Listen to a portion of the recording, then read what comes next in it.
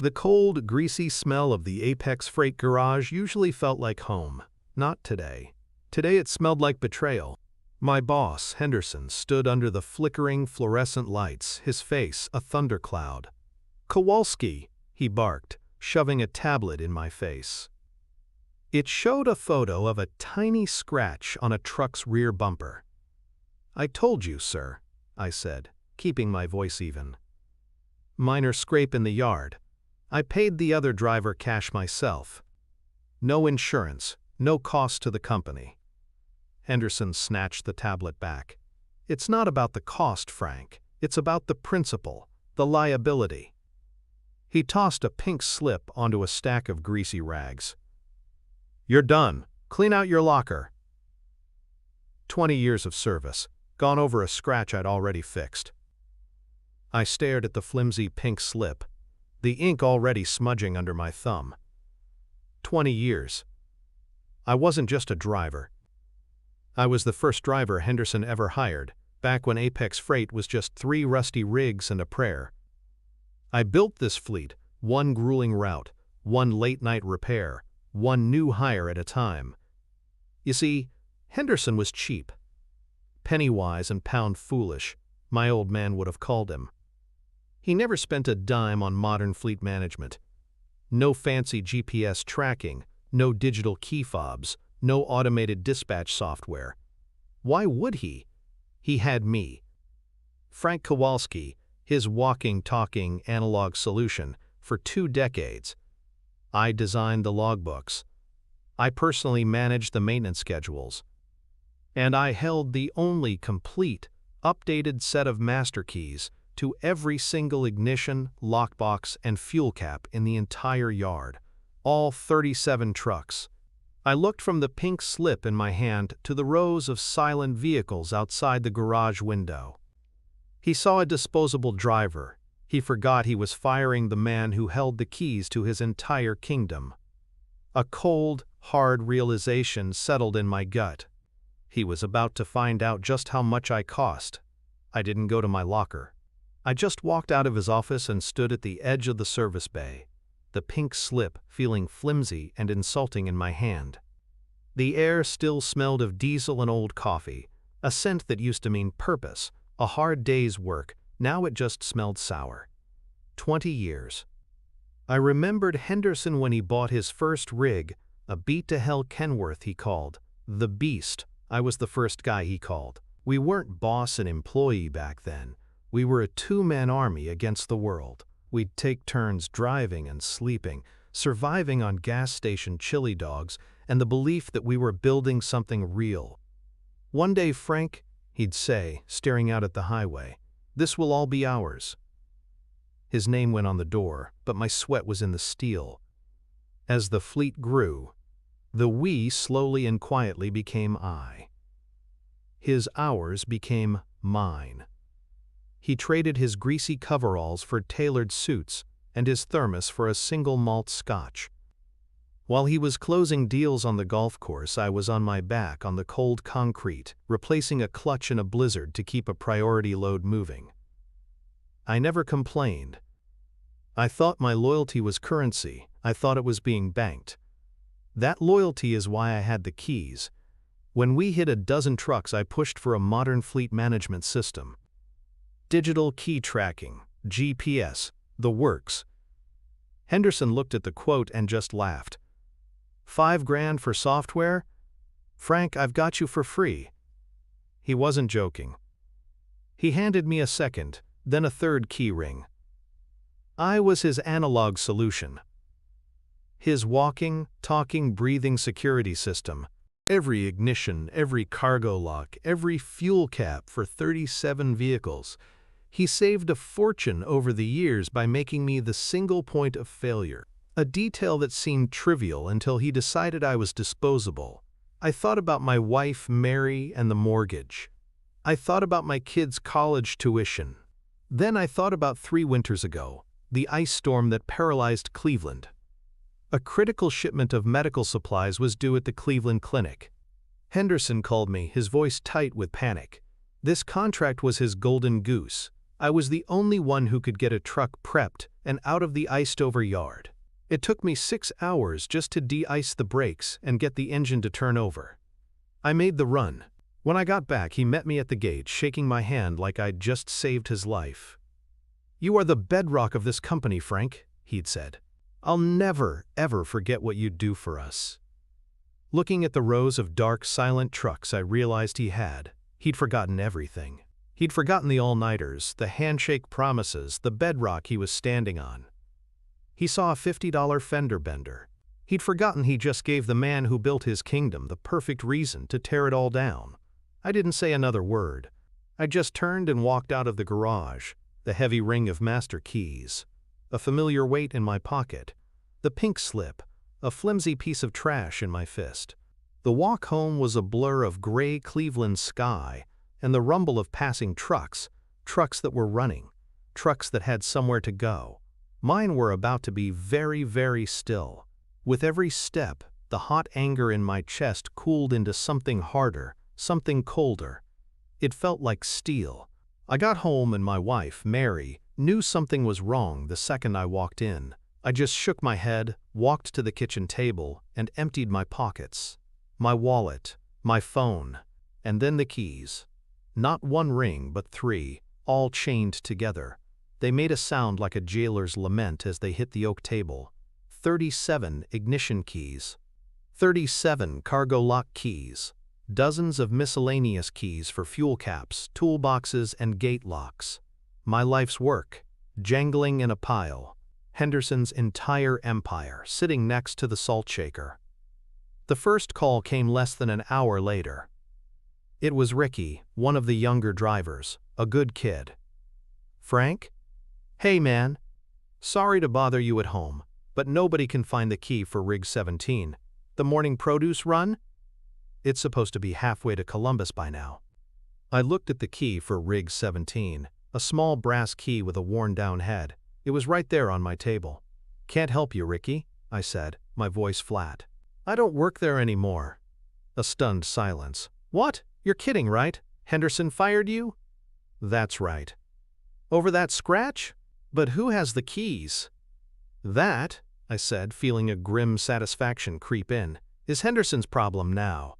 I hung up. The second call, 20 minutes later, was Brenda, the dispatcher. She was frantic. "Frank, what the hell is going on? Henderson is having a meltdown. He's tearing the office apart looking for the master set. The board is lit up red. Nothing is moving. He says you have them." "He's right," I said calmly. "Well, for God's sake, bring them back. He's threatening to call the police. Say you stole them." A dry laugh escaped my lips. "Stole them? Brenda, he handed me these keys himself over the last 15 years. Told me to guard them with my life. Called me his human security system to save a few bucks. There's no record, no sign-out sheet, no digital trail. As far as any paperwork is concerned, those keys don't even exist." I could hear Henderson screaming in the background, a high-pitched, impotent rage. "Frank, please," Brenda whispered. "The whole operation is going to collapse." "I know," I said, and in that moment the plan became crystal clear. It wasn't about shouting or smashing things. It was about silence. It was about absence. "I was the bedrock," he'd said. Well, he was about to find out what happens when you dynamite your own foundation. "Brenda, I'm sorry you're in the middle of this, but this is between me and him." I ended the call. Then I walked over to my old fishing tackle box in the garage, the one I hadn't opened in years. I placed the 3 key rings inside, nestled them between old lures and rusty hooks, and clicked the latches shut. I turned off my cell phone and unplugged the landline from the wall. The silence in the house was absolute. Outside, I knew a storm was brewing at Apex Freight. And for the first time in 20 years, it wasn't my problem to fix. It was my storm to enjoy. The silence was a weapon. I made a pot of coffee, the smell rich and comforting, a stark contrast to the sour stench of betrayal in the garage. Mary came into the kitchen, her face etched with worry, and put her hand on my arm. "Frank, are you okay?" I took a slow sip of coffee, letting the warmth spread through my chest. "I'm fine, honey. Better than fine." "What's going to happen?" I looked out the window at our small, tidy lawn. I think I'm going to mow the grass. Her worried expression softened into a small, knowing smile. She understood. This wasn't a tantrum. It was a reckoning. Just then, a black Mercedes squealed around the corner and slammed to a stop in front of our house. It was Henderson's car. He practically fell out of it, his suit jacket flapping open, his tie choked to one side. He stormed up my walkway, his expensive shoes trampling Mary's petunias, and started hammering on the door. It wasn't a knock. It was a frantic, desperate pounding. I finished my coffee, set the mug down deliberately in the sink, and walked to the door. I didn't rush. I opened it and just stood there, leaning against the frame. He was a mess. His face was blotchy and slick with sweat. "Kowalski, give me the keys! Now!" he shrieked, spittle flying from his lips. I kept my voice low and even. "Morning, Henderson. You're a little far from the office." "Don't you play dumb with me. Nothing is moving, not a single truck. You're destroying my company." "My company?" I let the words hang in the air. "Funny, I thought it was our company when we were freezing our asses off in that Kenworth. Turns out it was only your company when it came time to fire the man who built it." "This is theft," he roared, pointing a trembling finger at my face. "Grand theft! I'll have you arrested. You'll rot in a cell." A cold smile touched my lips. "Go ahead. Call them. I'd love to hear you explain to the Cleveland PD that your entire multi-million-dollar logistics operation hinged on a set of unlogged, untracked, off-the-books keys you gave to a guy you just fired over a $50 scratch. Tell them how your human security system just walked away. There's no paper trail, Henderson. There's just your word against mine. And right now, you look like a man who's losing his mind." His face crumpled. The rage evaporated, replaced by raw, naked panic. "Frank, please," he stammered, his voice cracking. "I made a mistake. I was stressed. Name your price. Anything. I'll give you anything. Just give me the keys." I looked past him at the quiet suburban street, then back into his desperate eyes. "It was never about a price, Henderson.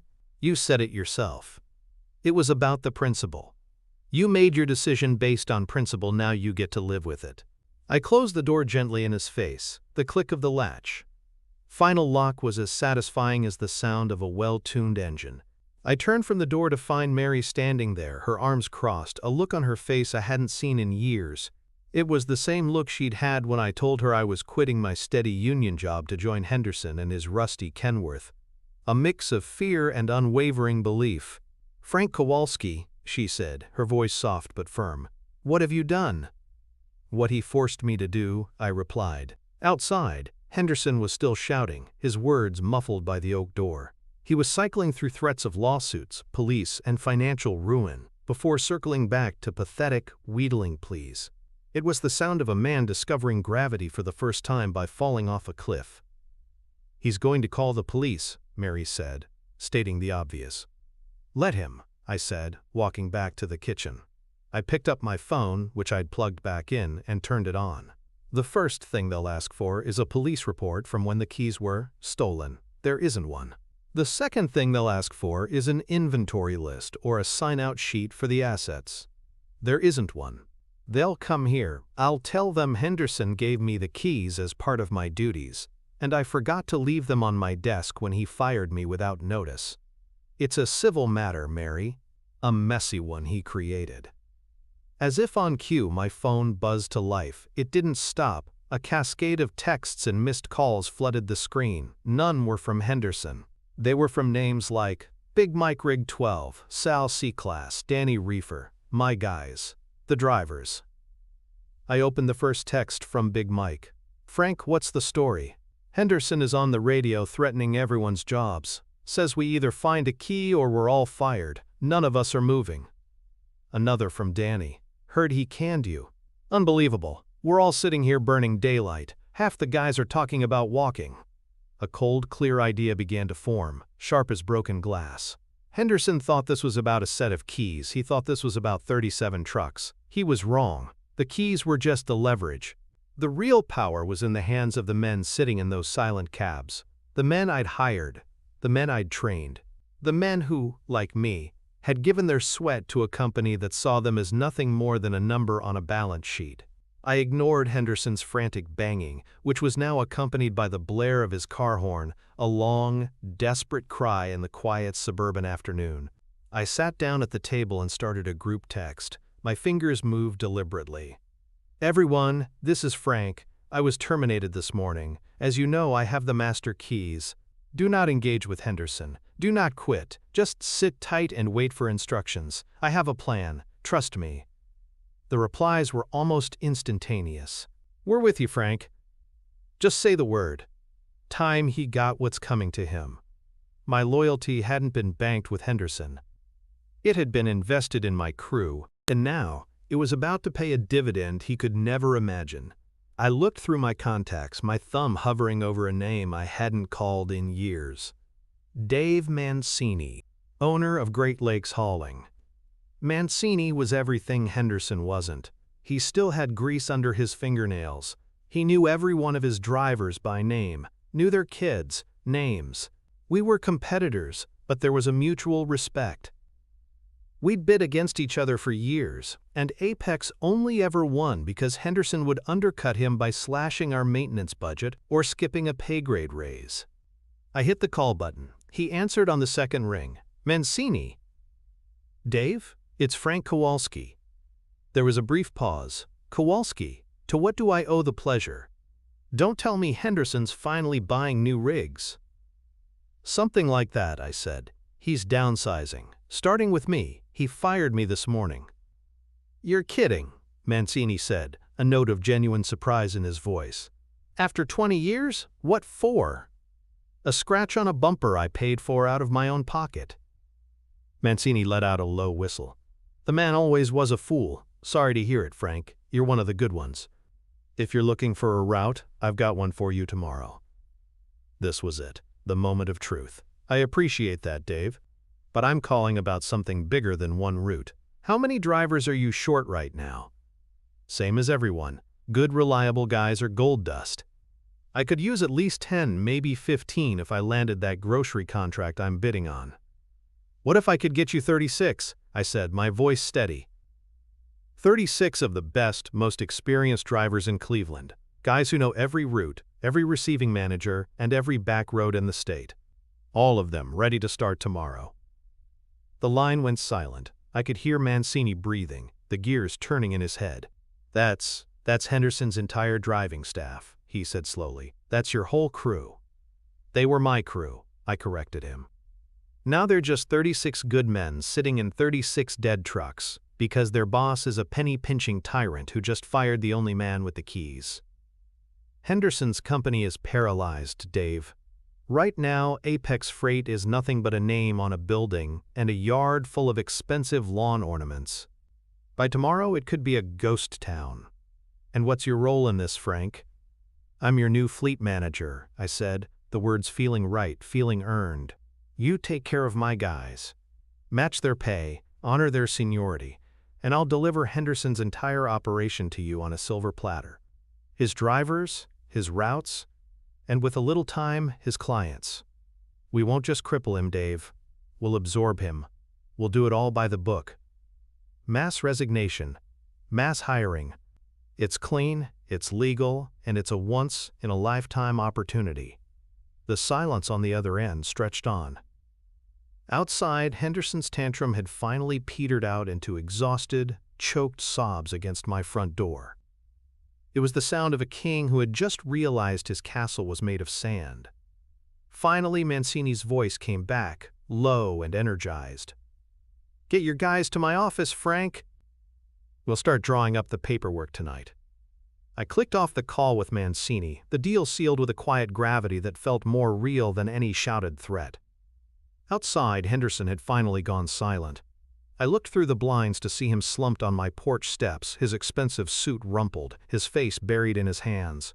He looked like a man who'd just watched his own life burn down and was only now feeling the heat. A few minutes later, his phone rang. I could hear his muffled, frantic explanation. followed by a long, defeated silence. I imagined a lawyer on the other end, telling him what I already knew, that his empire was built on a handshake with a man he'd just stabbed in the back, and there was no contract in the world that could fix it. He stood up slowly, a man twice his age, and shuffled back to his Mercedes without a single look back. He hadn't just lost a fight, he'd lost the entire war before the first shot was fired. The moment his taillights disappeared, I sent the message to my crew. It was short, a field order for the last mission we'd ever run against him. Great Lakes Hauling, 1,900 hours. Empty your trucks of personal items only. Leave the company phone and fuel card on the dash. Walk away clean, a new job is waiting. Then, I waited. I didn't have to wait long. The first picture came through 10 minutes later. It was from Big Mike, a shot of his company-issued phone and fuel card sitting neatly on the dashboard of Rig 12. The caption was simple: "Done." Then another from Sal. And another, 36 times. It was a digital salute.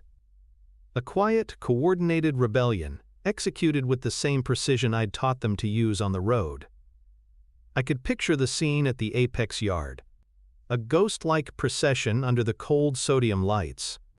36 men moving in near silence, opening their cabs, grabbing a worn thermos, a family picture taped to the sun visor, a favorite seat cushion. Then the cab door clicking shut one last time, the sound echoing across a yard that was rapidly becoming a multi-million-dollar tombstone. No shouting, no vandalism. Just a quiet, professional exodus. We weren't destroying his company. We were simply leaving it empty. An hour later, I pulled into the parking lot of Great Lakes Hauling. It was everything Apex wasn't. The lot was clean, the building brightly lit, and through the big glass windows of the main office I could see them. My whole crew. They were drinking coffee, talking in low, relieved voices. Dave Mancini was moving through the room, shaking every man's hand, a stack of contracts on his desk. He wasn't a boss hiring employees. He was a commander welcoming veterans. When I walked in, the room fell silent. 36 pairs of eyes turned to me. No one cheered or clapped. It wasn't that kind of victory. It was a heavy, solemn moment.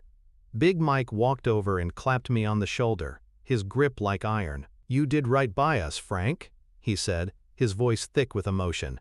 That was all that needed to be said.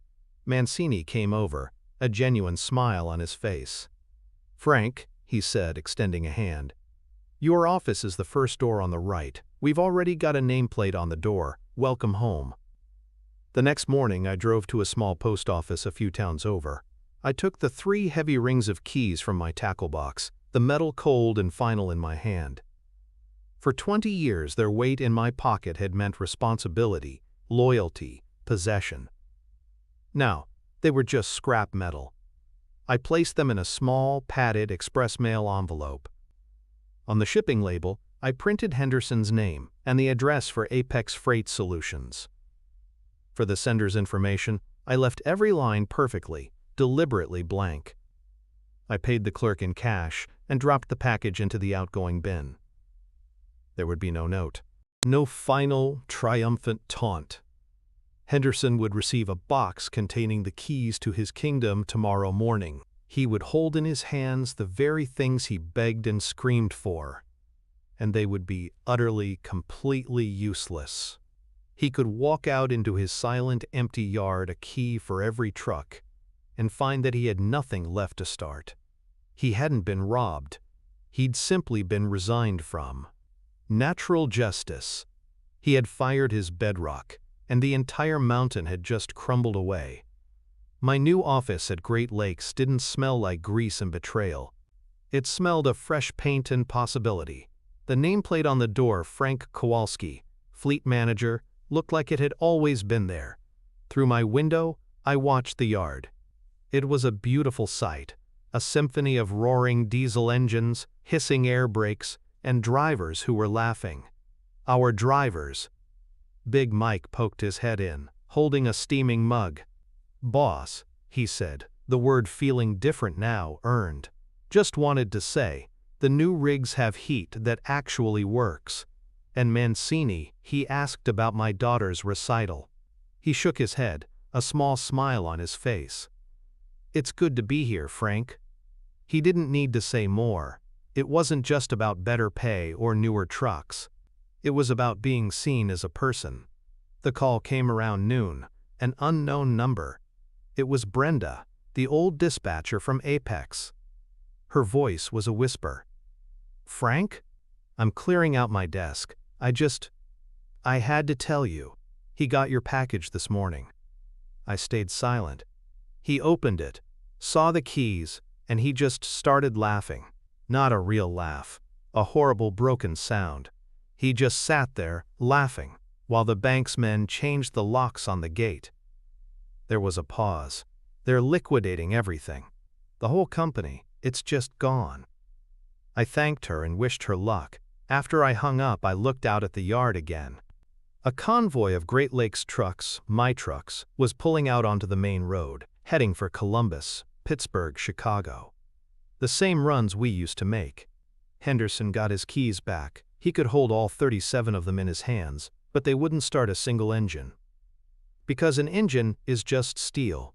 A company isn't the trucks, or the name on the building. It's the people who show up before dawn and get the job done. He fired one man, but he forgot that man was connected to all the others. He thought loyalty was something he owned. He found out it was something he'd only ever rented. And the lease was up. Be honest, if you were in my shoes with the keys to the entire fleet, what would you do next?